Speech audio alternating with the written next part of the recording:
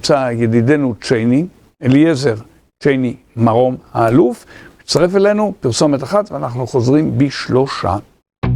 היחידה זה מקום שמיועד לכם, הצופים והצופות שלנו, ערוץ טוב, המסורים, המחוברים, אלה שרוצים, המשפחה שלנו, אבל חשוב מזה, אלה שרוצים לא רק לשמוע, כמו שעושים בכל הערוצים האחרים, אלא גם להישמע, להשתתף איתנו באופן פעיל בשיח, להכיר אותנו באופן אישי, גם את הצוות שמול המצלמה, גם את הצוות שנמצא מאחורה, את אנשי התוכן שלנו, להגיע לכנסים, מפגשים, להשתתף בקורסים, כל הדברים האלה נגישים ופתוחים לכל מי שמצטרף ליחידה של ערוץ טוב. הקישור להצטרפות נמצא כאן ממש למטה.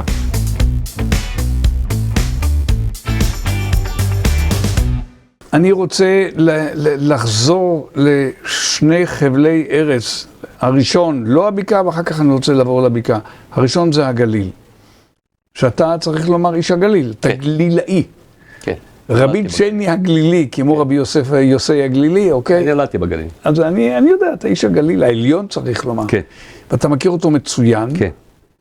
והמצב שם מבחינת ההתיישבות היהודית הוא בעייתי. נכון, נכון.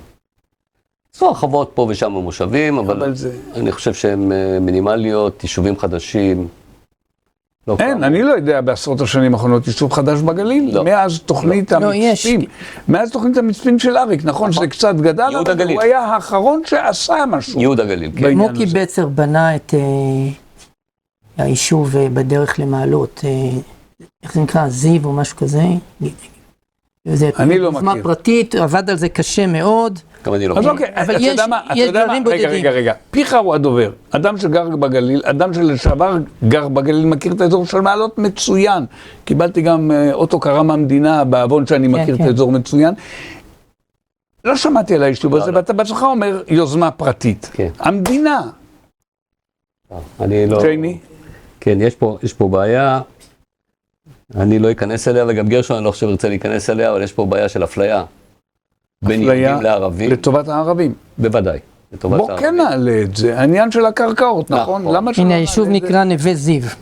טוב, נווה זיו, יפה. לא מכיר, אני מודה. צ'ייני, סוגיית הקרקעות. זה כל כך נדיר שאני לא מכיר, וגרשון היה צריך לחפש במפה כדי למצוא, כן. מזל שיש גרשון בעולם. כן, כן. הקרקעות והאפליה לרעה של היהודים. תשמע, הראשון שסיפר לי על כך, ובהרחבה זה היה יהודי... גרשון, אני אומר, גרשון יודע יותר ממני על זה. בכל זאת ספר. תראה. אחר כך גרשון יצטרף. הבת של אחותי רוצה לחזור לגור באמנון. היא ילידת אמנון, היא נולדה באמנון. איפה זה אמנון? אמנון זה מעל הכנרת, ליד אלמגור. מעל חוף אמנון. מקום יפהפה. מקום יפה מאוד, כן. ופתאום התברר שכדי לחזור, לפני שהיא מתחילה בכלל לבנות את הבית, היא צריכה לשים סכומי כסף כאלה גדולים, שזה מעלה ומייקר את כל... אני לא אכנס למספרים, אני לא רוצה להיכנס למספרים, אבל אני אומר לעצמי, למה? למה? וביישובים הערביים, זה סדר גודל של 20% מהמחיר. אתה יכול להסביר לי איך זה עובד? לא 20%, 10%. 10%. איך זה עובד הדבר הזה? כלומר, בא ערבי, אומרים לו, אתה משלם 150, בא יהודי, אומרים לו 1.5 מיליון? כן, כן, כן. אלה המספרים, כולם מכירים אותם. זה לא זה. זה אף פעם לא עלה לראש שמחתנו, כי יש לנו בעיות אחרות. עסקים בדברים אחרים, יש בעיות, יש בעזה, יש בפה, יש בשם. לא מגיעים לדבר על זה, ויכול להיות שגם לא כך רוצים לדבר על זה. אבל חלק מהמניע... זו התשובה, לא רוצים לדבר על זה, כי זה מכניס כסף למדינה. יכול להיות. לא רק, יש עוד כמה דברים. גם הרחבת יישובים. כן. יישובים, יש יישובים שרוצים לעשות הרחבות. הם נתקלים בחומות בצורות, ולא מצליחים להרחיב את היישובים. לעומתם, שכנים שלהם, יישובים ערבים, מתרחבים כל הזמן. בוא אני אתן לך דוגמה, יודפת הגיעו ל-400, לוח 2 לתמ"א 35 לא נותן להם לעלות. כן. מה זה הגיעו ל-400? 400 בתי אב. 400 בתי אב. סכנין, עראבה, שהם בתוכנית מתאר מאושרת 120,000, הגישו עכשיו, הפקידו אותה תוכנית ל-250,000. גרים שם גם פלסטינים עם תעודת זהות ישראלית ממרחב ג'בל מוקבר בירושלים, זה כי זה תנאים טובים. עכשיו אני אראה לך דוגמה. רגע, גם יהודי יכול לגור שם? לא. יכול לקנות מגרש? יחתכו לך את הפרצוף. תסתכל עכשיו, יש לי... אתה יכול, תיאורטית, אבל זה לא... יש לי נתונים, נגיד דיר אל אסד. בכרמיאל מכרו באותה שנה, זה 2019, מגרשים לדו משפחתי, 350 מטר מרובע, 1,200,000.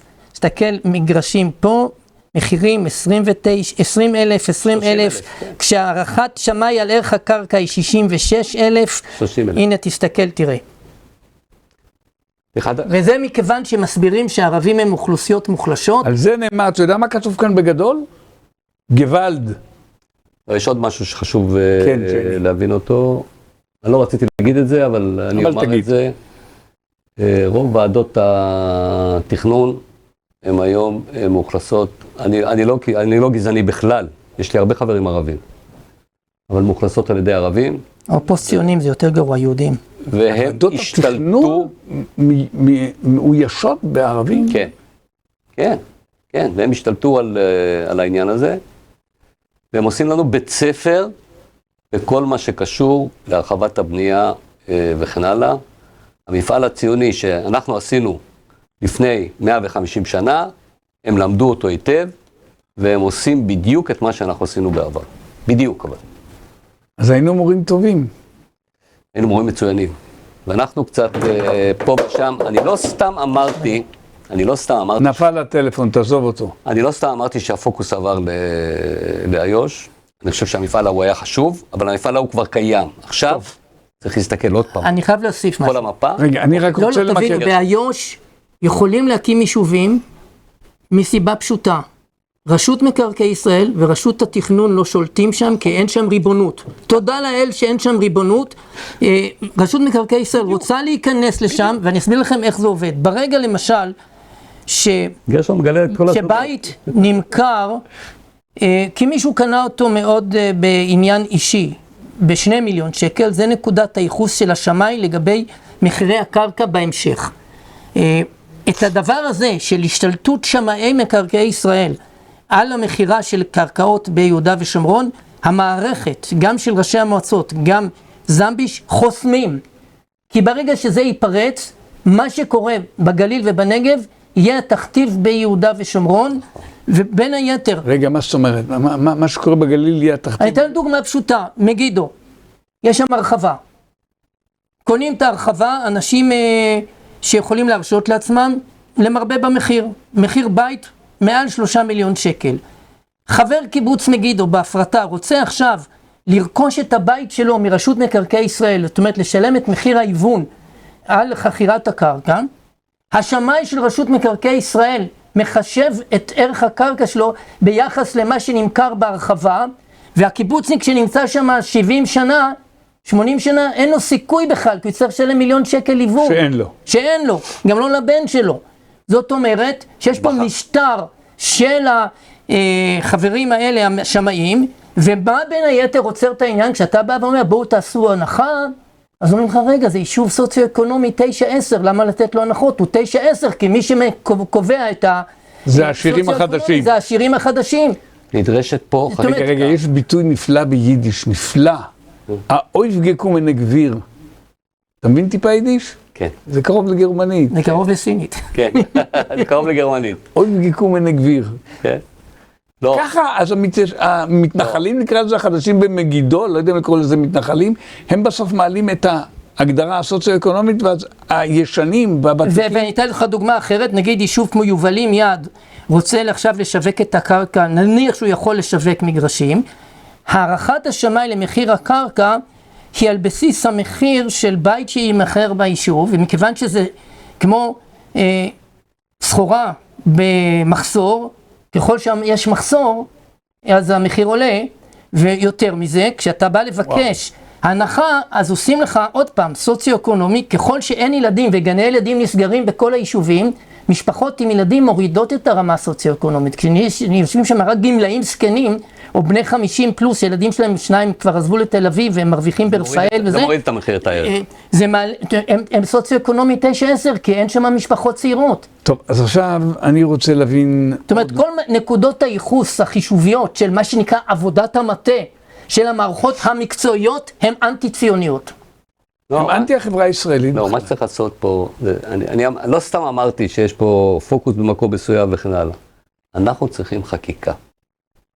כי בלי חקיקה זה לא יעזור. ואם לא תהיה חקיקה מסודרת לגבי העניין הזה, אז ימשיכו פה הפקידים להוביל אותנו באף. וכשניסו, אז היועץ המשפטי פוסל את זה, כי זה נראה גזעני ולא שוויוני. זה חקיקה. אני משתגע. עדיין אני חושב שצריך חקיקה. צ'ייני, אתה גר במושב, נכון? לא, כבר לא. זה כבר לא מושב? לא. זה עבר אני גר בעיר, אני גר עכשיו בעיר. גרתי במושב. גרתי בשדה אליעזר, נולדתי בשדה אליעזר, גדלתי בשדה אליעזר, ולאחר מכן גרתי בכרמיאל קרוב ל-30 שנה. והיום אני גר בעיר. טוב. במושב שגרת בו, ועדיין יש לך משפחה שם, נכון? כן. יפה. כן. שם נתנו לאנשים שהם יושבים בקרקע באמת בגבול, ממש בגבול, והרעשות והקטיושות וכל הדברים, נתנו להם שם לעשות הרחבות? כן. כן, בהחלט. אני גם, כשאני בגרתי, עדיין היו מעט בנים ממשיכים, אבל סידרו לי, הייתה לי חלקה שמה, ואפילו קצת אדמה, משק קטן, לא גדול, לא כמו שיש למשקים האחרים. ובניתי בית, ובגלל שהחלטתי להישאר בצבא לאורך שנים, אז אשתי אמרה לי, תשמע, אני לא יכולה לגור פה, שאתה נמצא בצבא ולא בא הביתה בכלל, ואם אתה בא הביתה, אז אני צריכה להיות קרובה אליך, ולכן לא נשארתי לגור שם. זאת הסיבה למה לא נשארתי לגור שם. אבל אפשרו את זה בזמנו, ולאחר מכן עשו גם הרחבות בחלק מהיישובים, אבל אני מדבר על יישובים חדשים, לא על הרחבות של יישובים. הרחבות של יישובים זה גם דבר חשוב מאוד. אנחנו רוצים להשאיר את הבנים שם, כי זה בסוף העתיד של היישובים, כי אחרת, כמו שגרשון אמר, זה נהפך לבית זקנים, לעזור. אבל אנחנו רוצים יישובים חדשים, במקומות שהם מאוד מאוד חשובים לנו. בסוף לא יעזור הכלל הזה, איפה שהתלם האחרון עובר, זה קו הגבול, נקודה. כולנו יודעים, כולנו מבינים את זה, אנחנו חיינו שם, אנחנו מבינים איך זה עובד, ואיפה שאין תלם אחרון, אז אתה תמצא שם מישהו אחר. חופש הביטוי בישראל הוא ערך עליון, ואסור לנו להיכנע ללחצים ולסתימת פיות. יש פה אכיפה בררנית שבשום מדינה דמוקרטית נאורה לא קיימת. בישראל מותר לשדר גם תוכן שמבוסס על אחריות לאומית, חותר לאחדות העם והמדינה ומחזק את ערכי היהדות. אנחנו מחזקים את ערוץ טוב למען עם ישראל ולמען נצח ישראל בארץ ישראל. גם אם הם מנסים לסגור אותנו באמצעים של הון, עיתון ובית משפט, אנחנו לא ניסגר ולא נחשיך את המסך הזה שמציג לכם ולהם את האמת. הניסיון לחשוב שיש רק אמת אחת והיא משום מה נמצאת בשמאל, שמשום מה היא גם מחוברת עם בעלי הון מרכזיים.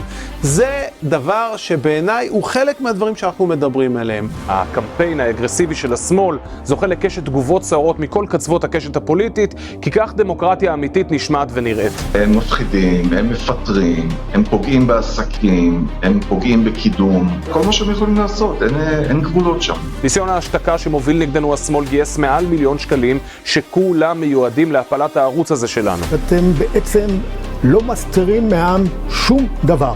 ואני חושב שלערוץ הזה יש מקום מאוד מאוד מכובד בין ערוצי מדינת ישראל, אולי המוביל שלהם בתחום הביטחון. בשבועות האחרונים זכינו להתגייסות מרגשת ומרשימה מצדכם, צופים וצופות שמבינים שמי שמפסיד בבחירות פעם אחר פעם לא יכול להשתמש בכסף שלו כדי לסתום את הפה למי שרוצה לומר אמת. השמאל הקיצוני אצלנו הוא בולשביקי, וכמו הבולשביקים מתהדר בכך שהם רצון העם, הבולשביקים מבטאים את רצון העם. למה?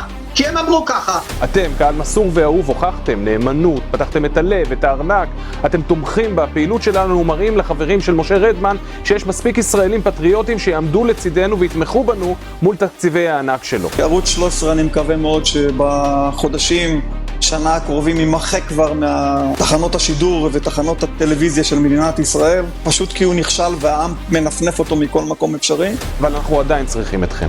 מתחת לנגן יש קישור שפותח לכולנו את הדלת לעתיד טוב יותר. תמכו בנו, כי רק בזכותכם נוכל להמשיך. כמה שהם מנסים להשתיק, סימן שאתם עושים עבודה מעולה.